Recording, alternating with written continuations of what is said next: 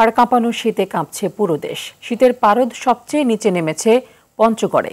হিমেল হাওয়া আর বৃষ্টির মতো কুয়াশায় বিপর্যস্ত জনজীবন। জানুয়ারি জুড়েই শীতের তীব্রতা থাকার কথা জানিয়েছেন আবহাওয়াবিদ খন্দকার হাফিজুর রহমান। চলতি মাসে ঠান্ডা কমার সম্ভাবনা নেই, তবে শীত আরও বাড়তে পারে বলে পূর্বাভাস দিয়েছে আবহাওয়া দফতর। আরও জানাচ্ছেন বিপুল দেব রায়। টানা 2 দিনে দেখা নেই সূর্যের। গ্রামের মেঠোপথ মারিয়ে শীত চলে এসেছে শহরের রাস্তায়। কনকনে শীতে কুয়াশার চাদরে ঢাকা পড়েছে রাজধানী।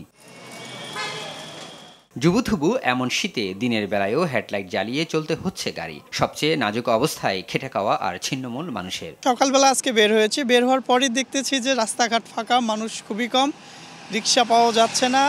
আচ্ছা, জামা গায়ে দিয়েছি 4টা, গোসল করি নাই 2 দিন ধরে। আজকে সকালবেলা বৃষ্টির মতন কুয়াশা পড়তেছে, এরকম অবস্থা। শীতের ভিতরে ডালে মালে ধরা যায় না, কষ্ট বিধি কিছু হওয়া যায়। আমার কষ্ট তো বোঝার মতো লোক পেলাম না, এত এরকম আমার কওয়া ভাই।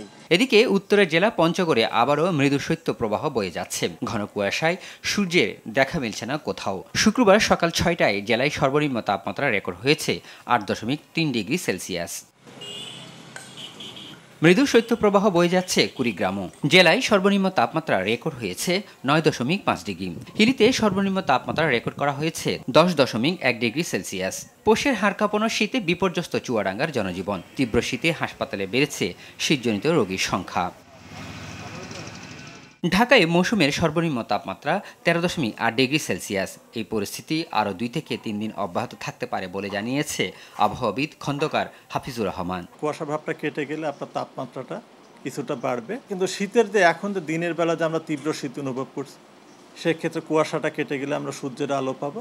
সেক্ষেত্রে দিনের বেলা যে তীব্র শীত, এই শীতের অনুভূতিটা অনেকটা কমে আসবে। মানে আজকে দেশে সর্বনিম্ন তাপমাত্রা রেকর্ড করা হয়েছে তেঁতুলিয়াতে, এটা 8.3 ডিগ্রি, এবং এটি এ মৌসুমের সর্বনিম্ন তাপমাত্রা। এবং ঢাকায় রেকর্ড করা হয়েছে 13.6 ডিগ্রি, এটাও কিন্তু এই মৌসুমের সর্বনিম্ন তাপমাত্রা ঢাকায়। দেশের 13 জেলার উপর দিয়ে শৈত্য প্রবাহ বয়ে যাচ্ছে বলে জানিয়েছে আবহাওয়া অফিস।